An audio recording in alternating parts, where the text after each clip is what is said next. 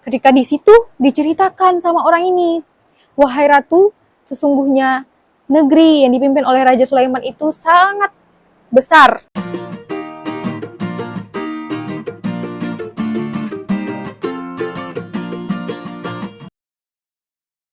Bahkan Raja Sulaiman mengatakan, apa yang kau banggakan dengan hadiah-hadiah engkau? Bahkan sesungguhnya aku bisa mendapatkan lebih. Allah memberikan lebih banyak harta dan kenikmatan kepadaku. Jadi marah beneran nih Raja Sulaiman kan? Dia bilang, aku akan membinasakan penduduk kalian. Aku akan menghancurkan kerajaan kalian. Gitu kan. Pokoknya kayak tanda-tanda bakalan perang nih ada. Akhirnya Ratu Balkis menganalisis dari caranya disampaikan oleh suruhannya tadi. Ini kayaknya kalau kita melawan orang-orang Sulaiman dengan perang, kita bakalan kalah. Jadi akhirnya Ratu Balkis mengatakan kayak gini, kalau aku datang sebagai orang yang berserah diri, otomatis aku juga mengakui kekalahan. Akhirnya Ratu Balkis berpikir. Beliau mengatakan ke pembesar-pembesar kerajaan, baik, kita bakalan datang ke kerajaan yang dipimpin oleh Sulaiman ataupun pergi ke wilayahnya Raja Sulaiman, tapi bukan sebagai orang yang berserah diri. Kita perginya sebagai bentuk temu ramah gitu, sebagai tanda untuk perdamaian gitu ya. Nah, mengetahui Raja Sulaiman kan banyak tuh intelnya, ada bentuk jin, ada berbentuk hewan-hewan gitu kan. Udah dapat tuh informasi ke sana bahwa mereka bakalan datang. Jadi Nabi Sulaiman menyetujui bahwa mereka datang sebagai temu ramah. Ya nggak apa-apa gitu kan. Udah, ketika dalam perjalanannya Ratu Balkis, Nabi Sulaiman di sana di sebelah lain, maksudnya di posisi lain, Nabi Sulaiman itu udah mengancang-ancang, udah bersiap-siap mempertanyakan kepada pasukan-pasukannya, tentara-tentaranya, siapa yang bisa memindahkan kerajaan Ratu Balkis, hingga ketika Ratu Balkis datang ke tempat kerajaannya Nabi Sulaiman, ada juga kerajaannya di sana. Dibuatkan gitu kan. Kemudian ada tentara-tentara dari bangsa jin mengatakan, aku bisa memindahkan kerajaan dalam waktu entah seminggu katanya kayak gitu kan. Pokoknya agak lama. Kemudian ada satu lagi, seorang ahli kitab. Jadi memiliki keistimewaan ataupun kelebihan juga. Beliau mengatakan, aku bisa memindahkan kerajaan Ratu Balkis dalam sekali kedip mata. Udah, kata Nabi Sulaiman, udah siapa aja boleh pindahin gitu kan. Pindahin. Jadi Ratu Balkis kan dalam perjalanan nih, nggak tahu tuh kerajaannya udah dipindah. Udah sampai sana kan. Terus ketika udah dipindah dalam sekejap mata kan Raja Sulaiman itu terkagum kayak kuasa Allah gitu kan. Pokoknya nggak berhenti-berhenti bersyukur dan memuji-muji Allah gitu. Udah, ketika agak-agak Ratu Balkis itu mau sampai, Raja Sulaiman pokoknya udah berumbuk sama tentara-tentaranya. Bagian ini diubah. Pokoknya kerajaan singgasananya Ratu Balkis itu diubah-ubah teman-teman. Karena gini, Raja Sulaiman kayak gini, apakah Ratu Balkis itu beneran ratu yang pintar gitu kan? Pengen nguji Ratu Balkis. Udah sampai tuh. Ratu Balkis udah sampai di kerajaannya Raja Sulaiman. Pembesar-pembesar kerajaan Ratu Balkis itu berada di luar. Jadi Ratu Balkis masuk berjumpa dengan Raja Sulaiman. Kemudian Raja Sulaiman mengatakan kepada Ratu Balkis, apakah seperti ini kerajaanmu? Apakah seperti ini singgasanamu? Kayak gitu katanya. Ratu Balkis yang beliau memang cerdas teman-teman, Ratu Balkis ini. Jadi ketika melihat singgasana ini, beliau udah tahu ini singgasanaku. Tapi kalau seandainya aku jawab iya, ada beberapa yang udah diubah. Dan kalau seandainya aku jawab iya, berarti aku mengakui kehebatannya Sulaiman bisa memindahkan kerajaanku gitu, atau bisa meniru kerajaanku gitu kan.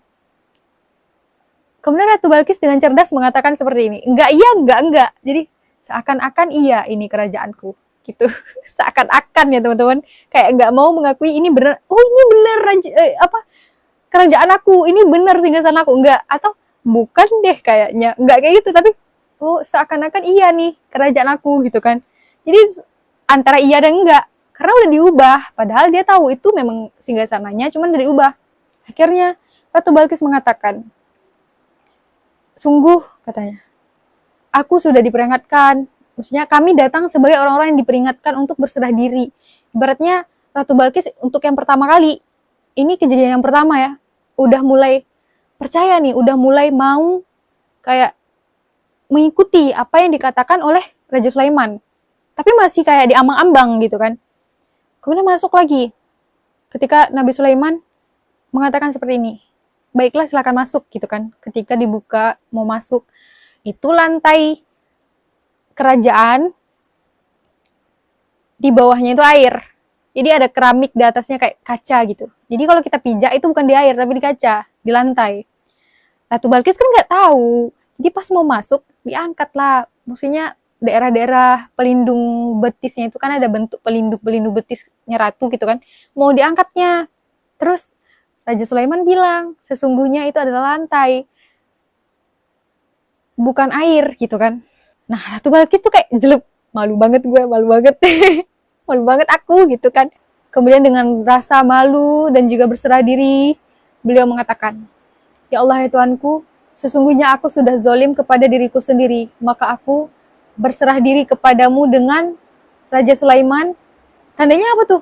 Ratu Balkis ketika itu sudah memeluk agama Islam. Sudah menjadi seorang mu'alaf.